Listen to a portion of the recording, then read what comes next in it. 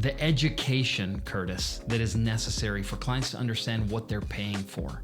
I think that is the biggest piece of this pre-construction phase. Again, we're talking about giving it space, scoping it out, breathing a little bit, going slow to go fast. All of those things are different ways of saying we're allowing the room for clients to understand, to absorb where their money's going. And if we're good guides, if we're good shepherds, if we're good guides for them, then we're helping them understand where their dollars and cents are going and why they should or shouldn't be making those decisions.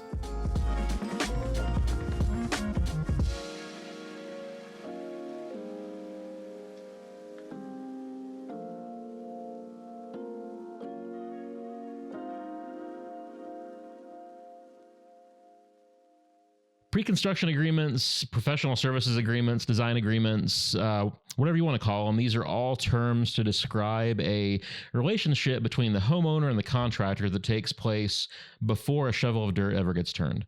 Now, these agreements can look different based on who's involved, like an outside architect or designer versus doing it in-house. It can vary based on the scope of the project, whether it's a little remodel or a new construction. But in all these cases, top home builders and remodelers are using these types of agreements to ensure that they set their projects up for success. And joining me today to chat about this is one of those top builders, my friend Chris Bolio with Alair Homes. Welcome, Chris. Hey, good afternoon, Curtis. Great to be here, buddy. So glad to have you again. You were one of our first guests way back in the day. Been a minute. When we had my old little kind of quote unquote studio in the other room next to my desk with totally different setup. So glad you're back. Yeah, happy to be back, man. Thank you for calling me and having me back. Things have changed around here a little bit since then. A little bit. This is official. Yeah, I love it. This is the glow up that we were talking about. This is the glow up. That's right. So you can tell your boys now that Dad knows what glow up is, and they'll just roll their eyes and be like, "Bruh." Still not your bruh. My daughter is calling me bruh. Yeah. So, well, Chris, one of our goals here at the podcast is to help builders and homeowners have successful projects and less stressful projects by focusing on planning and communication. So, from your perspective, how does a strong start through a pre-construction agreement, professional services agreement, whatever y'all like to call it, how does that set the stage for success and kind of prevent possible construction disasters? Oh, buddy, that's a giant question. That's just a quick little 15-hour question. Yeah. I think I want to start by saying it's interesting in the past 8 or 9 years, back 8 or 9 years ago, really very few builders were using pre-construction agreements, right? Mm-hmm. It was still the old model where a client comes to you with a set of plans and bids it out to 3 to 17 builders and chooses based on gut feel and kind of the price that comes back on this wild guess. Mm-hmm.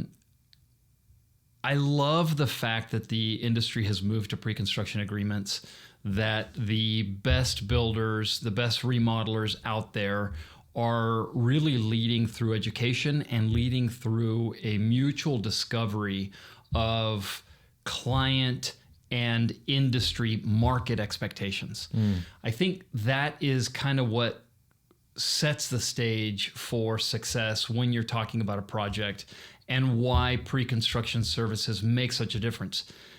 The reality is that what we do as builders, what we do as renovators or contractors, is we are setting for our clients an expectation, trying to match that expectation with this amazing romantic idea that they have in their heads, right?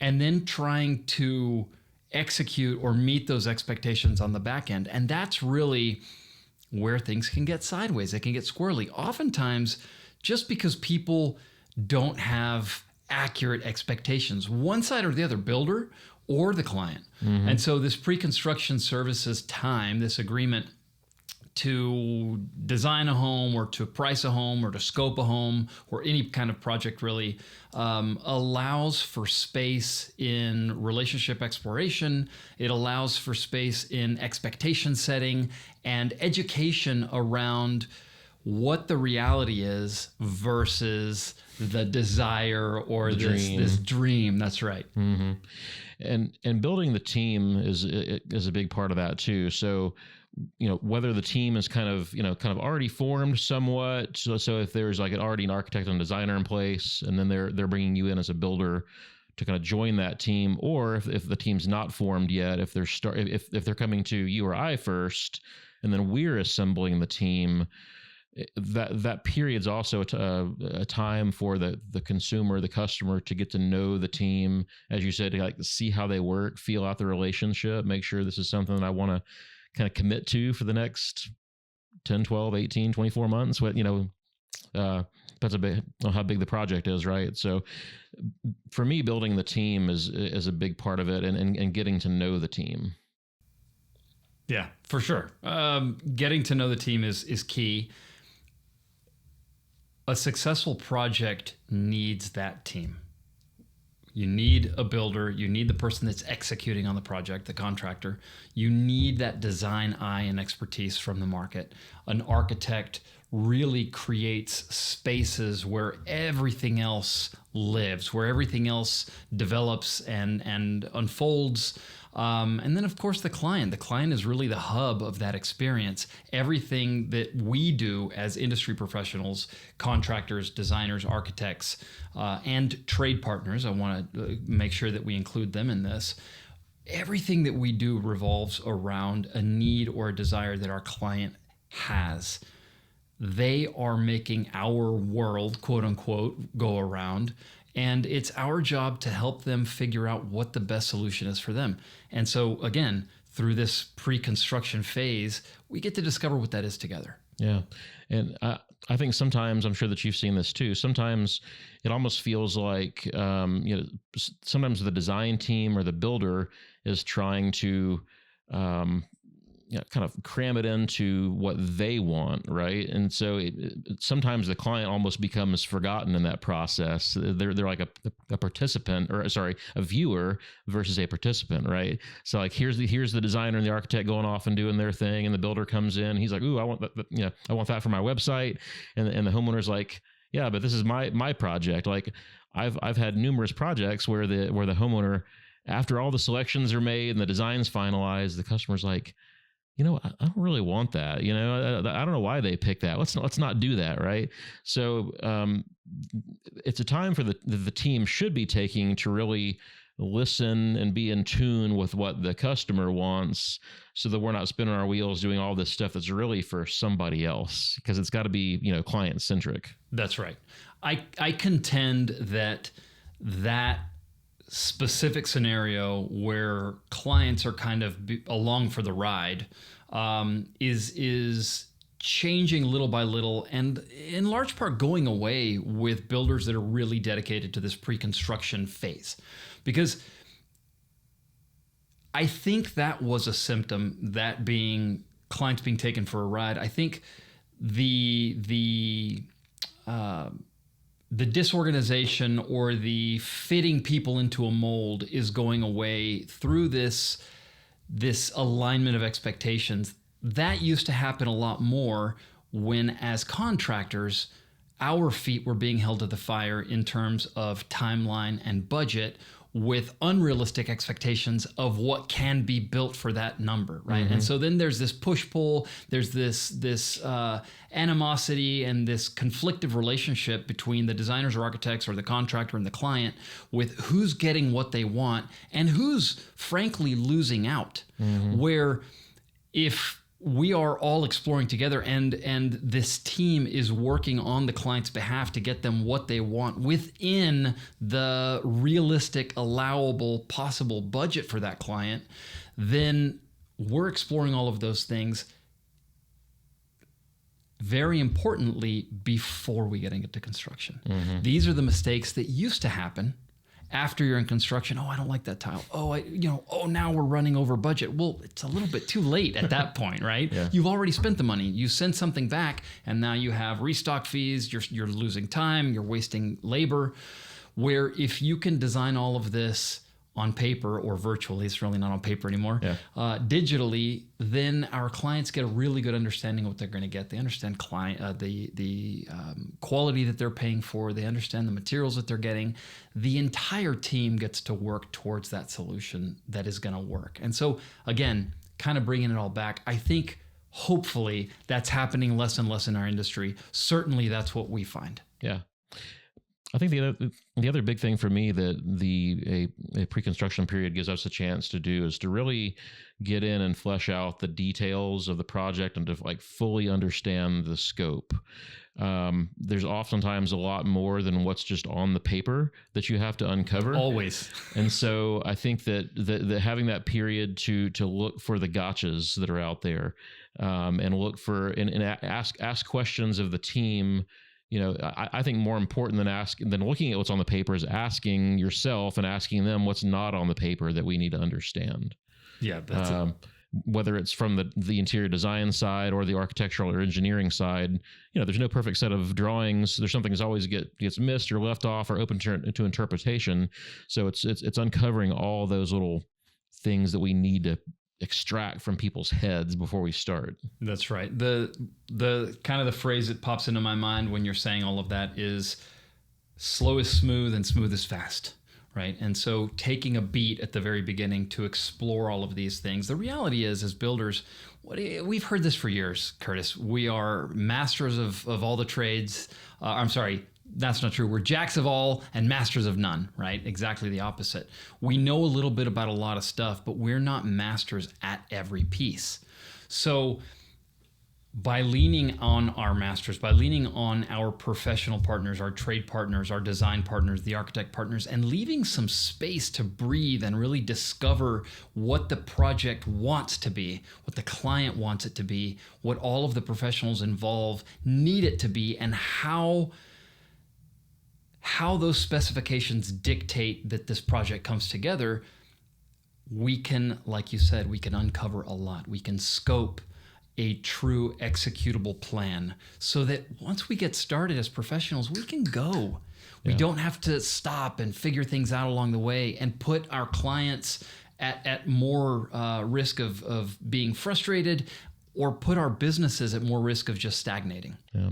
It's the speed up or slow down to speed up is the other way to say what you said a second ago. So I found that in the past, fewer architects, designers were kind of willing to get on board with a pre-construction partnership. But I think just like it's changed with more builders offering it and becoming more of a standard, I feel more and more design professionals are also embracing that process as well. Are you seeing the same thing? 100%. I think, again, as a symptom of our industry, architects and designers used to create these packages for bid, but they understand more and more that bid is a guess. For someone to really discover what it's going to cost to build and to create a plan of execution, to know all of those details, takes time. And that time takes a professional money. Right? It costs time and money. That's what we do as professional builders. So designers are understanding, architects are understanding that just going out and getting 3 bids for a buy really is antiquated. More and more they're understanding that their clients are going to be much happier if they find the right partner earlier in the process, bring them into the conversations, bring that cost and execution specialist into the room so that we can create a holistic approach. If you found value in this episode of Your Project Shepherd podcast, please consider leaving us a review and sharing it with your friends. That helps us expand our reach and bring this content to more people. Thanks for being here. I think that's an opportunity also for everyone to kind of check their egos at the door, and again say that we're all going to operate on a team together. So I think for parties who haven't worked together before, I think people are maybe a little leery of each other. I know some builders are leery of some architects and their mottos. Some architects are leery of the builders and whatever, right? So it's a chance for us to kind of get to know each other, check our egos at the door, and work together as a team.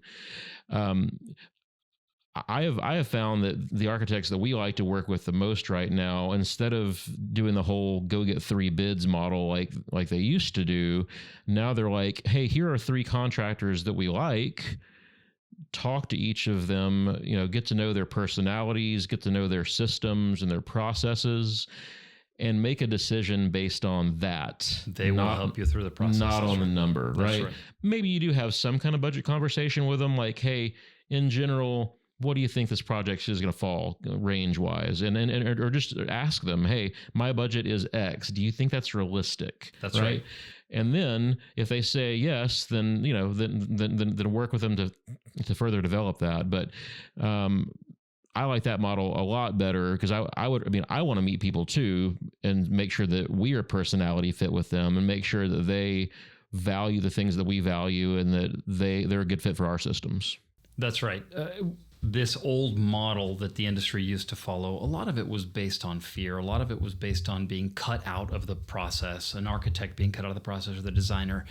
What we have more recently found, and I'm sure you as well, Curtis, is that when we can get the client what they want and they understand what it's going to cost for any decent builder, any good contractor to buy that same product, it's within pennies of each other, right? Yeah. We're all purchasing the same products and labor effectively in our market. What we're doing differently is our communication style, our process, the shirts we wear, whatever, right? The smiles, whatever.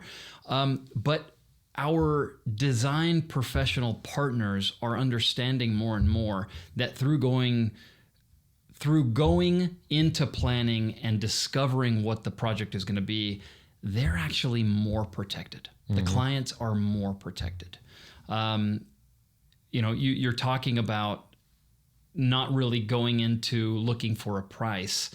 I totally agree with you. It really is more about what each individual builder feels like to that client, and vice versa. You said it as well, how the client feels to us as the contractor, because this is a long relationship. It's not a transactional relationship where they're in the store and out 10 minutes later. We are married for the next several years.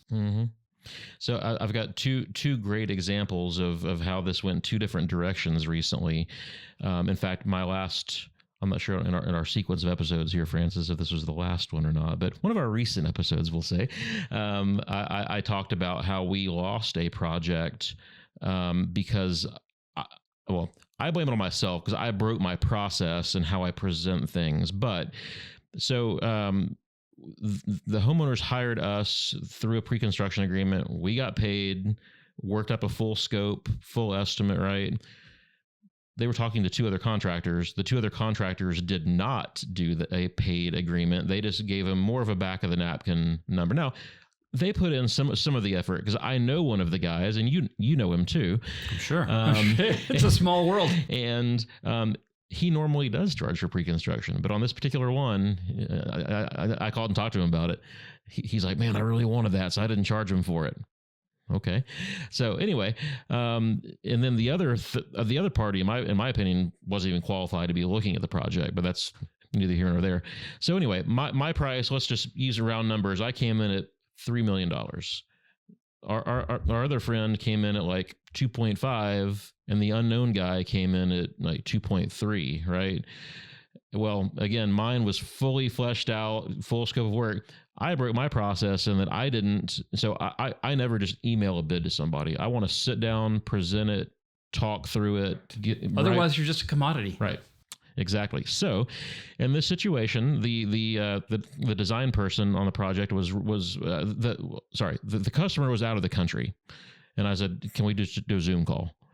Nope. They want everybody just to send their bids to us, and we will present. We will evaluate the bids for them, and we will present it. And I kind of pushed back on that, and they kind of insisted, "Just send it to us, send it to us, send it to us." I gave in, broke my process, sent it to them, and guess what? Didn't get a chance to explain anything. They were trying to evaluate them apples to apples. They don't know the differences, right? So anyway, afterwards, I pick up the phone, call my friend that I know, and I was like, because they told me they went with him. And I was like, hey, congratulations on getting this project. Did you get paid for this? He's like, no, I didn't charge. I was like, oh, okay.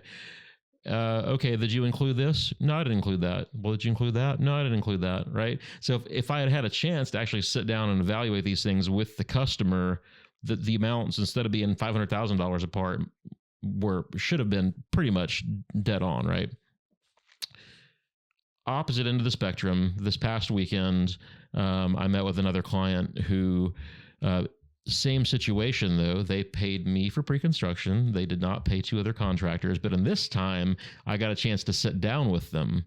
And again, I was, is a remodel, $750. The other prices were like $500, right? But I was able to sit down with them and say, hey, I included this, this, and this. Did they? No.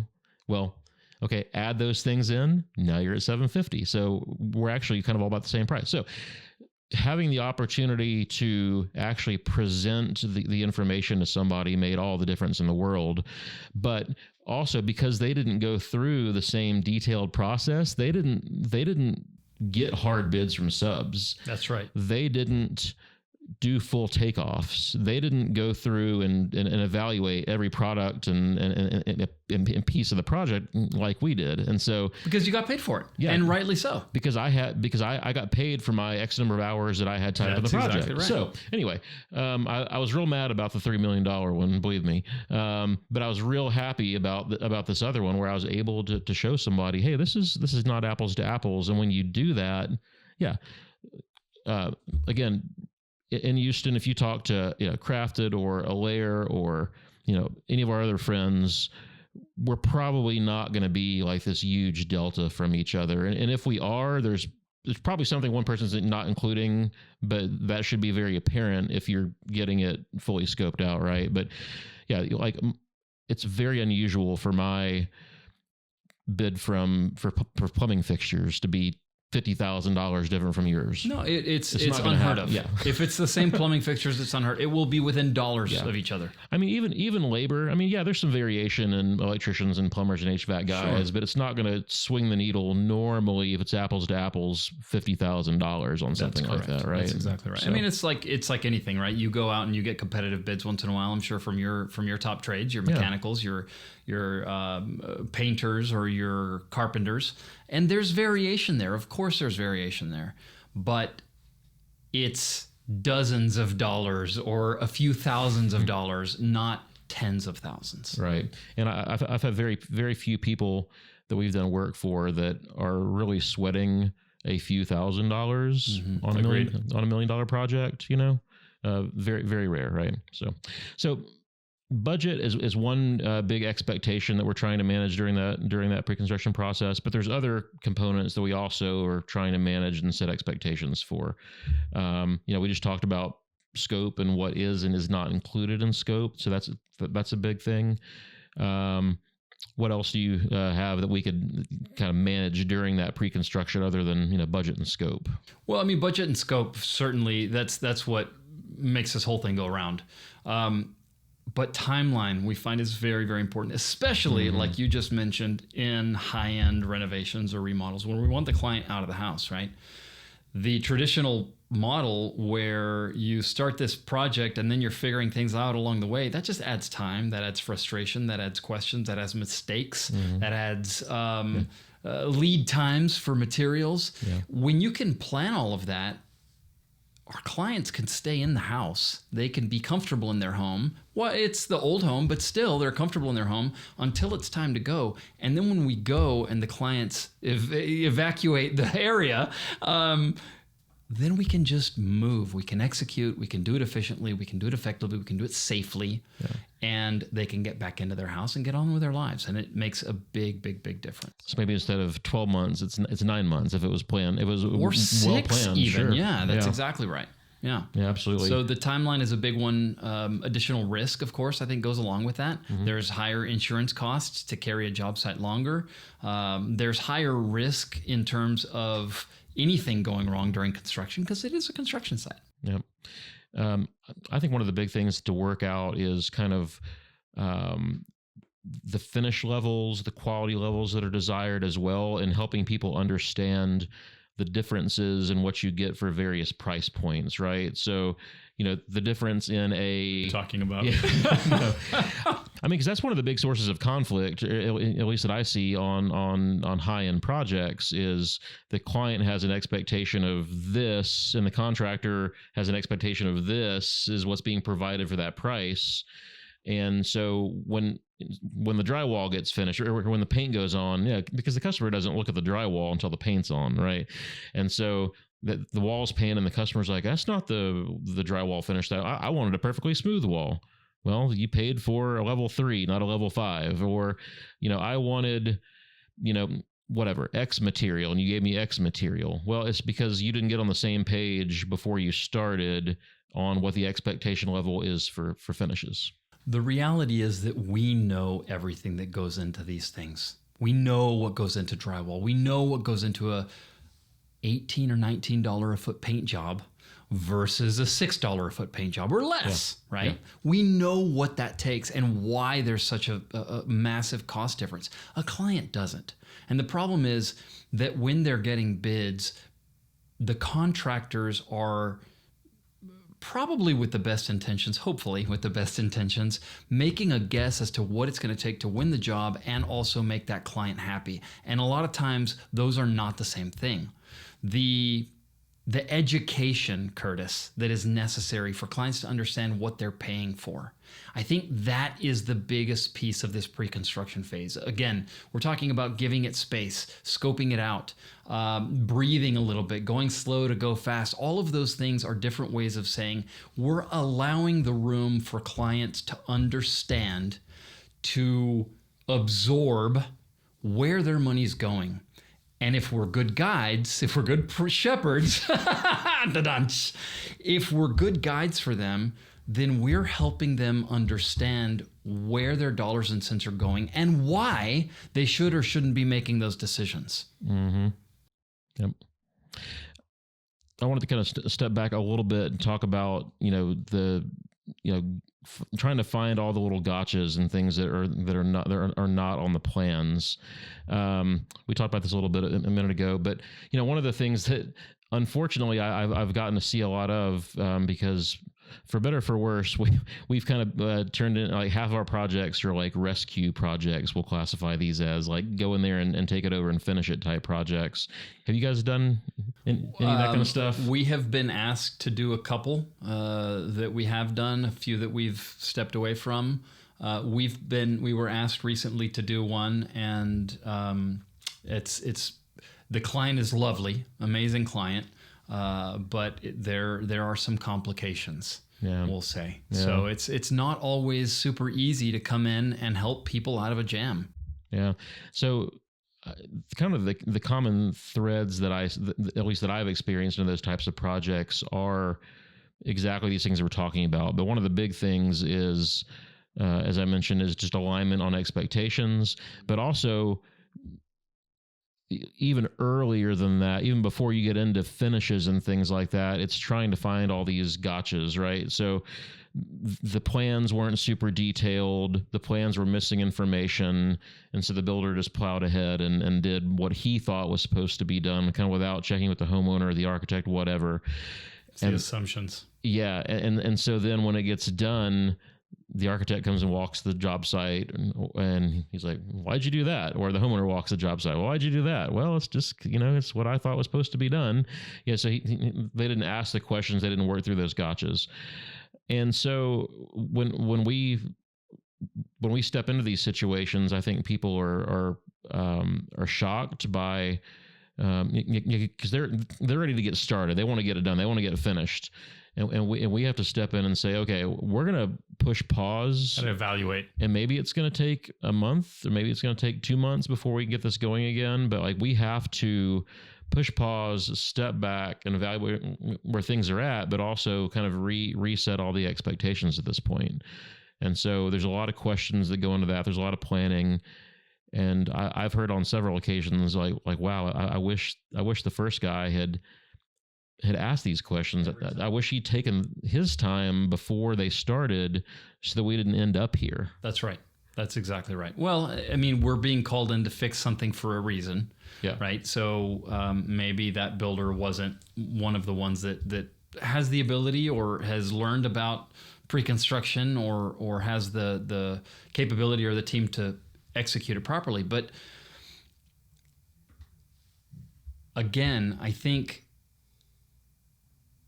taking the time to explore with our clients what's the best way forward, whether it's before we've broken ground or it's in the middle of a project that we're taking over, that's what creates clarity. That's what creates understanding and mutual respect about boundaries and where our job finishes and begins, what the client's responsibilities are as part of this whole equation, and really how we can best serve them. Because at the end of the day, we are service providers. That's what we do. We provide a really high level of service. It's a white glove service. It's an experience type of thing.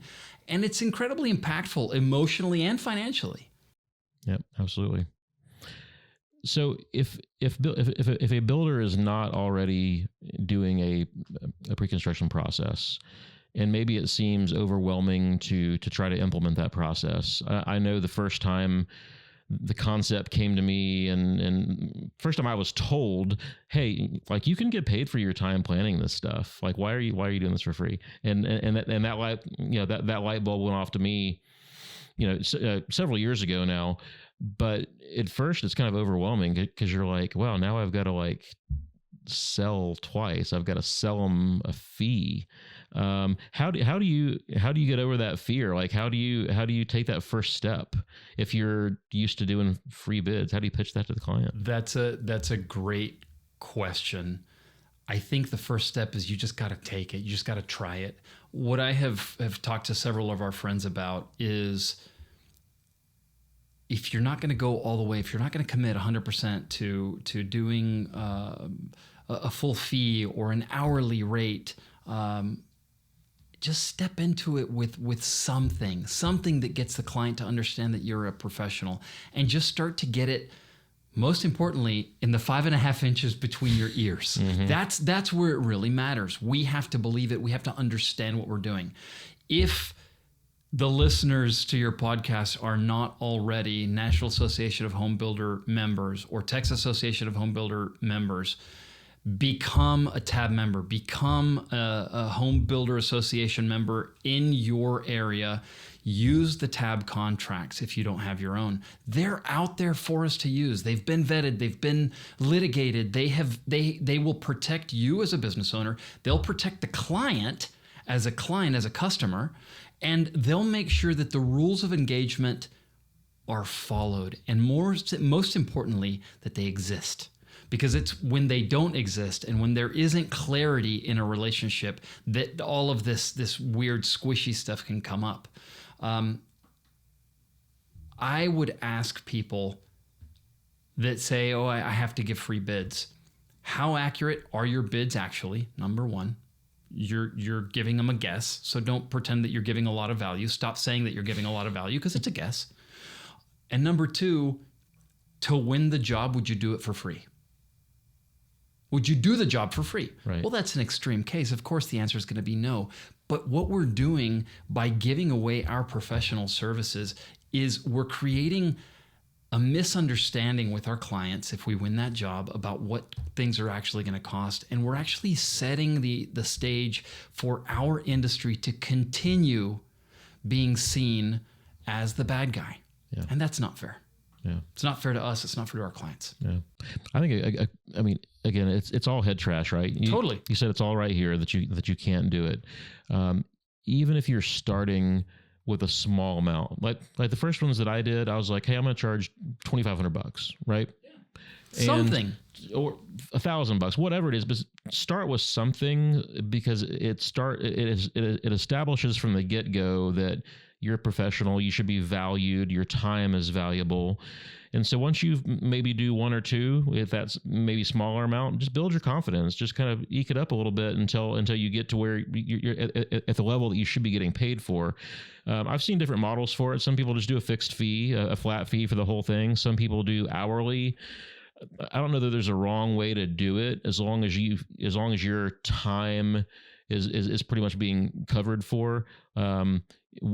What I do, I'll throw this out there for the listeners, is I kind of estimate how many hours each of my team members are going to have tied up on it. So I'll say, hey, I'm going to have maybe 10 or 20 hours, but my director of construction, my project manager might have 40 hours. My office staff might have another 5 to 10 hours based on, phone calls, getting proposals and organizing all that, right? Assign an hourly rate to each person and then total that up, and there you are, right?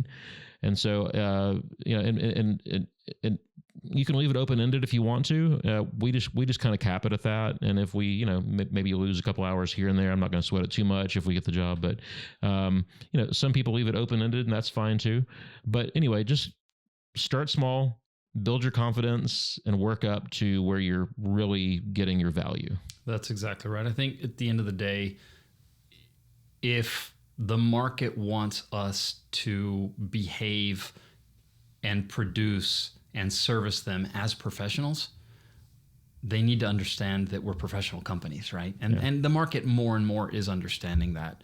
To expect to get a professional level of service from someone who's giving you a free something, and then be surprised by the lack of follow through or organization on the back end is a little bit silly if you really sit down and think about it. Yeah. But that's how our industry's worked for many, many years, and glad that it's changing. Are you going to go to your doctor and get a free medical evaluation? You go to your CPA and get free financial advice? You're going to go to your lawyer and get free legal advice? No, all those people are going to charge you an hourly rate, right? That's exactly right. They're going to charge you for their services. Yeah, it's interesting. Those types of professionals are the ones that I have the easiest time kind of selling this to. Mm-hmm.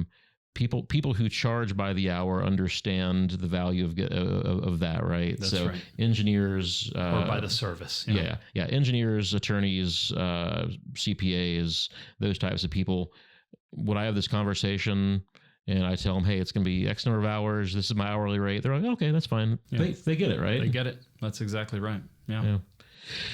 So this has been great. And to kind of head toward wrapping things up, I just kind of wanted to summarize things for our listeners. So I kind of wanted to hit the highlights for each party, just kind of recap the highlights for each party. So builders, design professionals, homeowners, and highlight like what are the main benefits for each of these parties, right? So builders, give me your top 3 benefits to builders. The first top benefit to builders is you are exploring a relationship and really discovering how best to be successful with that client. Is it a lower budget? Is it a higher budget because they want a higher level of quality than they understand? That's the biggest benefit. You are de-risking the project every step of the way when you're spending that time with the client, and you're really discovering, like you said, all the ins and outs and the little gotchas, so to speak, of the plans. Yep. I would say, other than that, my biggest one would be just building trust and rapport with the client and getting to know them is huge for me and for us. Okay, architects, and we'll just kind of lump architects, house designers, interior designers, design professionals. We'll kind of lump all them into this category here. What's the main benefit to them? I do think that there's a little bit of difference here. One of the biggest pain points for great architects is that their vision, their design becomes bastardized because of budget constraints, because of a misunderstanding of what that's going to actually take to build in the real world, right? Yeah. IRL, like my kids say. So we protect architects' vision and intent by discovering what it's really going to cost. It's very different for clients to make sure that they know how much money it's going to take to build that and then move forward versus feel like they're being painted into a corner. So that's architects. Designers and interior designers, what we have found a kind of a fringe benefit is when builders who don't understand the requirements of a job go over budget, the people that are most impacted are landscapers and interior decorators or Absolutely. interior designers, right? That's what goes out the window. Yeah. Instead of being able to get the interiors that they want, they go to Rooms to Go. Yeah. God forbid. Yeah, and not that it's not a great company, it is, but not our clients. The issues that we have, you're going to have to cut that, aren't you? Sorry. No, leave it on. The issues. We love Rooms to Go. They'd be a fantastic sponsor for the Your Project Shepherd podcast. Sorry about that. It's a good company in a niche. So the interior designers, similar to the architects, interior designers' vision is protected, it's honored, and it's being executed at a level that they are proud of. Most importantly, with all of these people, the client gets what they hired us to do. Mm-hmm. We are balancing the realities of quality, execution of vision, and real life budget constraints, because they exist. Mm-hmm. So getting the clients what they want with all of that education and with everybody on board, finding solutions together collaboratively so that one person isn't the bad guy or the stepchild, that's what makes projects successful all around. It doesn't have to be one person wins and one person loses. Yeah. Everybody can win here. I just had a project where I felt so bad for the people. They spent a lot of money with a really good architect and interior designer, but we didn't get the plans until the plans were done. Everything's picked out. So we're doing pre-construction, but everything's already done at this point, right? And we give them their budget, and they're like, "Oh my God, this is crazy expensive." I'm like, "Yeah, your designer and architect are fantastic. They gave you some really nice stuff." And they're like, "Well, you're at, $2.5 million. We can't spend a penny more than $2 million. I'm like, "Well, at this point, you're either going to redesign or you're going to cut back on finishes." I'm like, I can't do anything about it at this point. Had I been involved 6 months ago, absolutely, we could have had this conversation. So now I feel so bad for the client and for the designer. They're like, "Well, we're still going to build the house, but I guess we can't do those window coverings. I guess we're going to have to reselect a cheaper tile and cheaper countertop and, not do the pool right now." And so to get the house, to cram it down to their budget, now, again, they're cutting all the beautiful things that they dreamed of having, they make right? This a home, yeah. Or they could just go all the way back to the beginning of design, reduce the square footage, change the material, which is another big cash outlay to redesign the house at this point. So, yeah, I always feel bad when we get to the end on those types of things where we haven't been involved. And I'm like, "Hey, I got bad news for you. You either have to spend more money or pick cheaper stuff, one or the other, And really, while that's bad to be in that position, Curtis, even that is so much better to be talking about it over paper than talking about it over a half completed home or a 3/4 completed home where now they don't have a choice but to finish, right? Again, to make the decision to move forward with a project that is over your conceptual budget is very, very different. If you have the ability to move forward, now you're bought in because as a client what you're getting for your money. If you're in the middle of construction, who becomes the bad guy?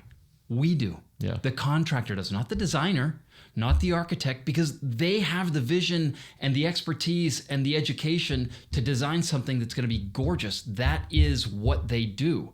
And so if they've done that very, very well, as a builder who doesn't know what they're getting into or what it's going to really cost, and with as much as costs are escalating right now, we typically don't, we're the ones that are held to the fire when budgets are wrong or when timeline is wrong. And so again, as a builder, giving yourself that time to get to know the client, to explore that relationship, to build the trust and rapport that you touched on, and to educate our clients about what it's going to cost and how long it's going to take to build what they want. Now your business as a builder is protected. Now the client, as your client forever, is protected, and so are our market design partners. Yeah. All right. Well, you kind of hit on the last one already. The last one was, what's the top benefit for homeowners? I think you kind of already got it there, right?